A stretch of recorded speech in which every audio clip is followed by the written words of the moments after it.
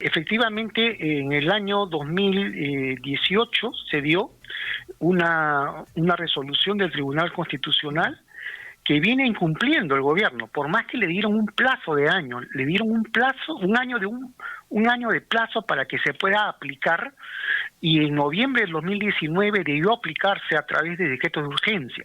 Esta pregunta, por ejemplo, se le deben hacer al primer ministro, ¿no?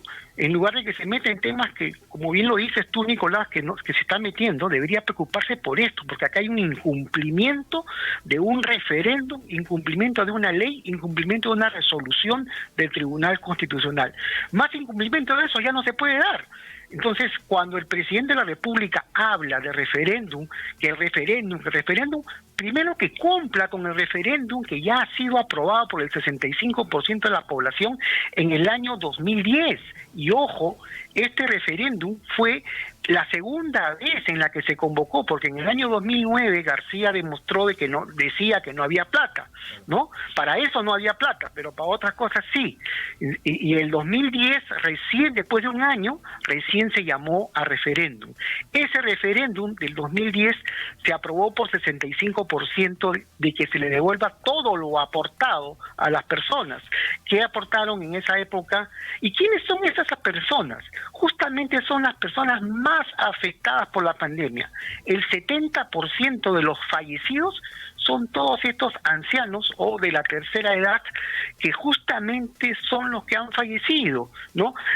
El 50% de todos los infectados, ¿no? De los infectados son justamente personas mayores, y justamente el 17% de la fatalidad de los fallecidos son justamente las personas mayores. Pero Fernando, Entonces, ¿cuál es la explicación? Es decir, el Tribunal Constitucional ya resolvió que hay que devolverle toda su plata a los fonavistas, y hay incluso establecido mecanismos para hacerlo. Se le dio un plazo lo suficientemente extenso como para organizarse. El plazo se ha vencido de lejos, ya vamos a cumplir un año más de que venció el plazo. ¿Por qué no se ejecuta? Y más aún en una circunstancia donde la gente necesita desesperadamente recursos, dinero. La señorita Su dinero, Bachiller además. de Economía, ministra de Economía, la Bachiller, ¿no? Lo que dice es que lo está estudiando. ¿Y eso cuándo lo dijo? En abril, en mayo, en junio y en julio. O sea, en 4 oportunidades que le han preguntado, dice que lo sigue estudiando. Acá no hay nada que estudiar. Ya ha tenido un año para hacerlo y no ha cumplido. Esto realmente ameritaría una censura en el Congreso. Bueno, si tuviéramos un Congreso realmente que se ponga las pilas, ¿no? Y que no esté dedicado en otras cosas. Un Congreso que defienda a la población.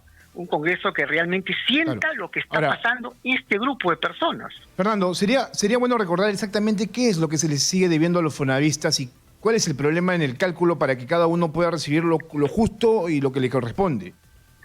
Fíjese, la ley 29625, que fue la ley del referéndum dado en el año 2010, tuvo un error, porque eso lo hizo el Jurado Nacional de Elecciones. Lamentablemente en esto ha habido muchos contratiempos, ha habido muchos cabes que le han puesto a las personas, ¿no? Y uno de ellos fue que esta ley tuvo un vacío. ¿Y cuál fue ese vacío? Que no le pusieron plazo para que... ¿Y quién es el responsable de que saque el reglamento de esta ley? Como no le pusieron eso, entonces se valieron, y recién después de 2 años, Humala sacó a través de un artículo metido dentro de una ley de presupuesto, diciéndoles todo lo contrario a lo que decía la ley. ¿Y qué es lo que decía en la ley de presupuesto? Que el Ministerio de Economía y Finanzas va a determinar cuánto es lo que se le va a devolver. Eso es lo que decía. Lo que decía la ley primigenia, lo que decía el referéndum era que se le tiene que devolver lo aportado, ajustado a la fecha que se le está reconociendo. Y eso es lo lógico. Los intereses. Así es lo lógico. Lo recuerdo perfectamente porque en algún momento se decía que los fonavistas iban a quebrar el país si es que se les devolvía todos los fondos que en algún momento se les negó.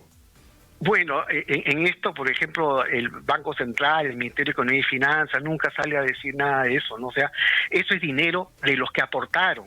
Y fíjense la ley que se dio en el año 79, en el gobierno militar de Morales Bermúdez, la ley decía, en su origen, decía claramente que es para que los afiliados, ¿no? Para que los fonavistas puedan obtener su casa. Eso es lo que decía. Sin embargo, Fujimori cambió eso.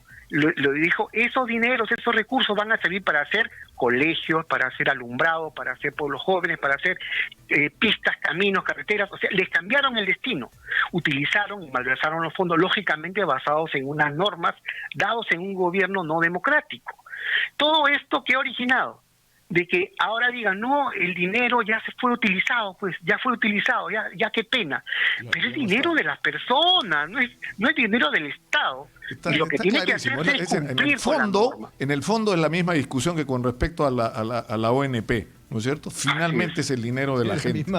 Muchas gracias, Fernando, y ojalá que el haber planteado el tema otra vez permita que es decir, alguien haga algo sobre esto. O sea, no puede ser que el Tribunal Constitucional resuelva y no pase nada. 2 años después, no pasa nada. Hay no que importa la resolución del Tribunal Constitucional. Que tiene algo pendiente, ¿no? Algo pendiente, más de un año que le ha dado, claro que no cumple.